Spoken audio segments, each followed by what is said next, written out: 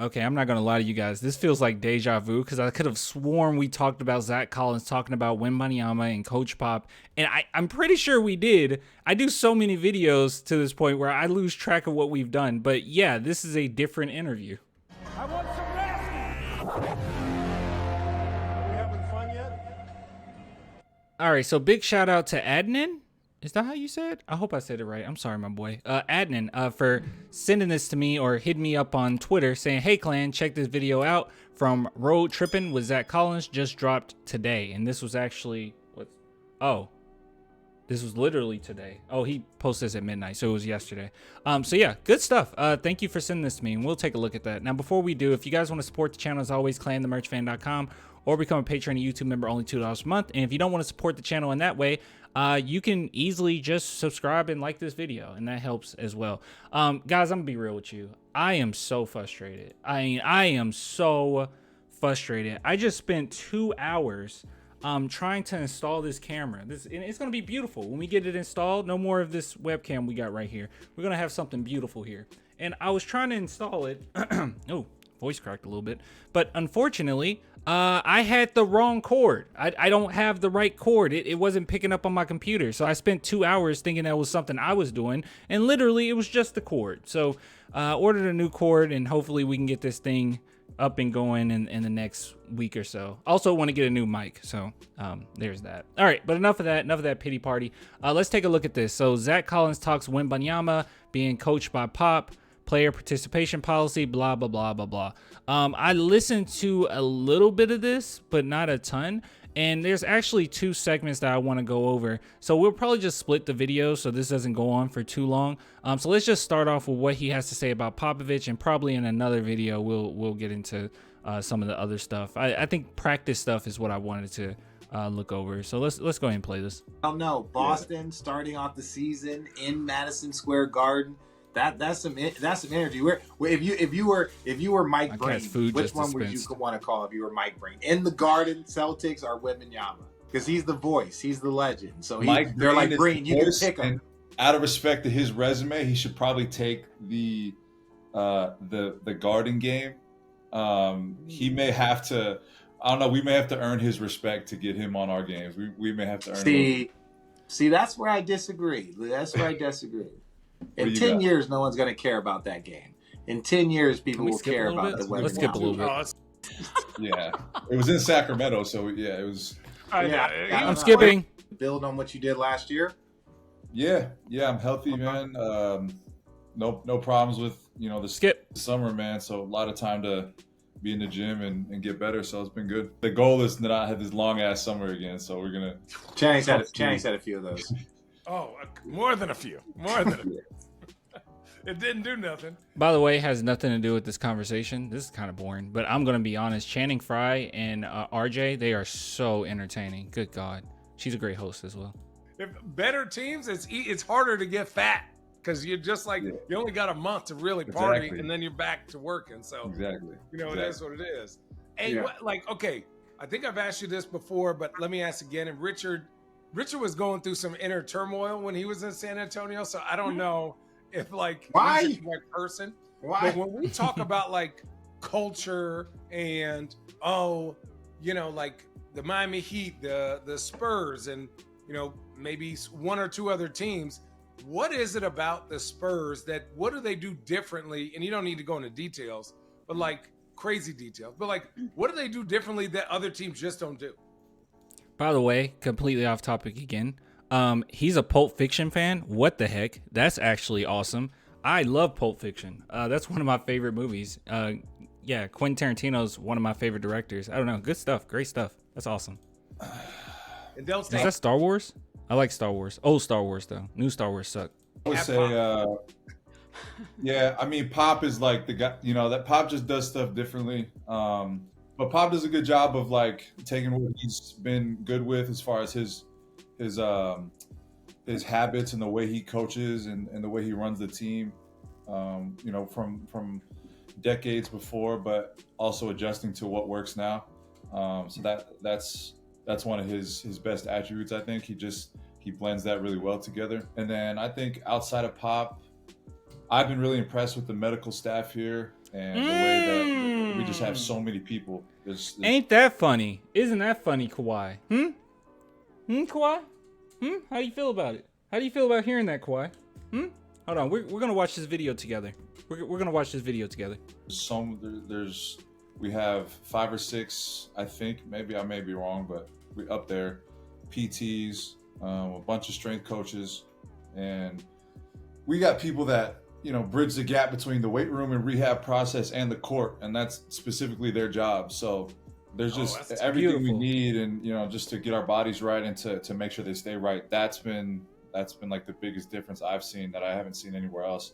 I've only been 2 places, but just talking to other teams too, or players on other teams, they don't really have it like that. So that's a big thing. Well, we're top notch. And I say this all the time. Like, here's the thing. All right. When we worry about Wembanyama and whether or not he's going to get injured and all this stuff, like, some people believe that my thoughts about it, because I was optimistic, is that it's not possible for him to get injured. I'm sorry, it's possible for any player to get injured. I just don't necessarily think that Wembanyama's risk is as substantially different as other players in the league, like some other people might believe. I just don't think that it's that big of a deal, especially with the way that his trainer has treated things, that they're working more on flexibility, making sure that his feet are very strong. And then with the mix of playing for the San Antonio Spurs, who literally had Manu Ginobili, who attempted to injure himself every single game, they have a great medical staff. They just do. Longevity of players, getting more out of players. I think LaMarcus Aldridge, in a way, is grateful for the Spurs because of what they've done. As soon as he left the Spurs, there was major issues. Now he already had them and whatnot. It's out of his control, but it was major issues. With his heart and everything. And I think that he even believes that he got more years on his career because of the Spurs. So I just have nothing to really worry about or think that Wemby is going to be special and that he's going to be way more injured than any other, big or other player that's had success with the San Antonio Spurs. I just don't think that's the case. And the thing about it is, hopefully he has quite a few years of being as versatile as he is and agile as he is on the defensive and offensive end. But if push comes to shove, let's just say Wemby,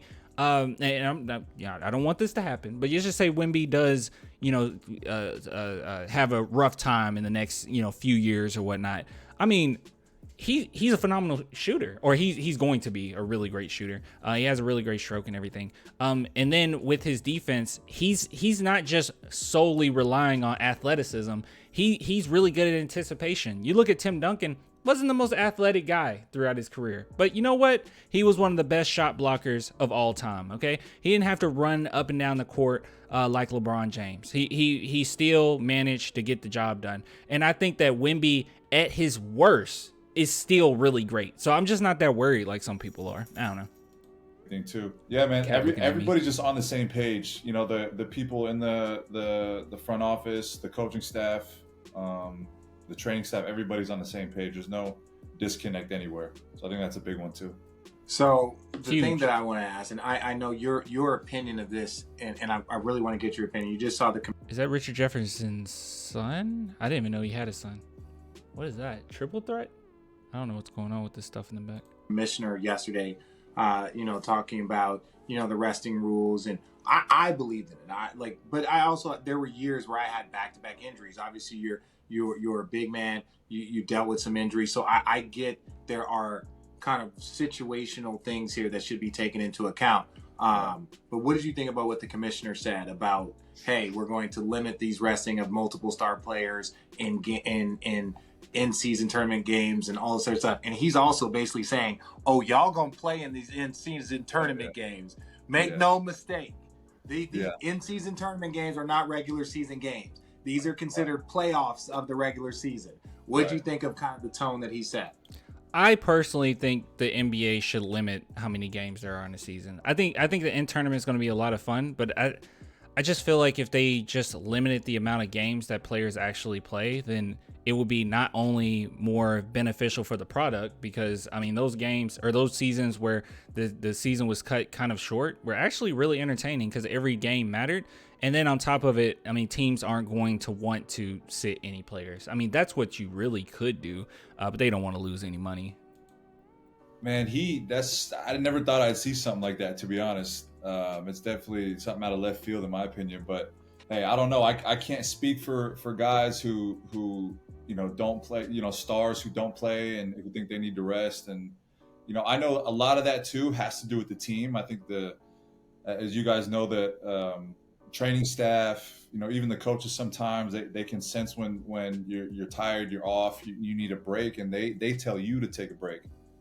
They tell you to sit down, and it's not necessarily always the player making that call. Yeah, it's usually the coaches, right? I don't know. I mean, I feel That's like what I thought. I do feel like there's good reason for it, and I'm interested to see how it works. I definitely don't think it's a bad thing. Have you seen the list of teams that are qualified superstars? Yeah, and we are not on that list. So no, and neither does Denver. Yeah. The list. How does Denver? Wait, why? They don't have. You had to be like an all-star, or you had to be like a previous All-NBA something. So literally, you have to. But Jokic. One. That's one. But you said they didn't have any. No, but they're not on that list.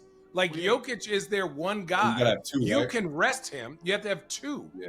You have to be a star player, which is defined as someone who has been an all-star or an all-NBA selection in any of the past 3 seasons. And that's fair. Oh, she has the exact. I was talking about Mike. She has the exact mic that I'm getting. I just noticed that. Say what you want about their team. Jamal Murray's coming back from injury. If you want to rest him, but it's also look. The NBA is basically saying, hey, these are the parameters. But if all of a sudden you guys are sitting Jamal Murray and Jokic and Aaron Gordon for an in-season national televised game, they don't give a damn about what the codes are. You're getting a call. They'll adjust them rules the very next week. Yes, well, we can kind of stop there. There was another segment I wanted to go over, not necessarily this one. I don't find this one as interesting. Like I said, my personal opinion on it is I think the NBA should just limit the amount of games that players play to begin with. It's just too many games, unnecessary games at that.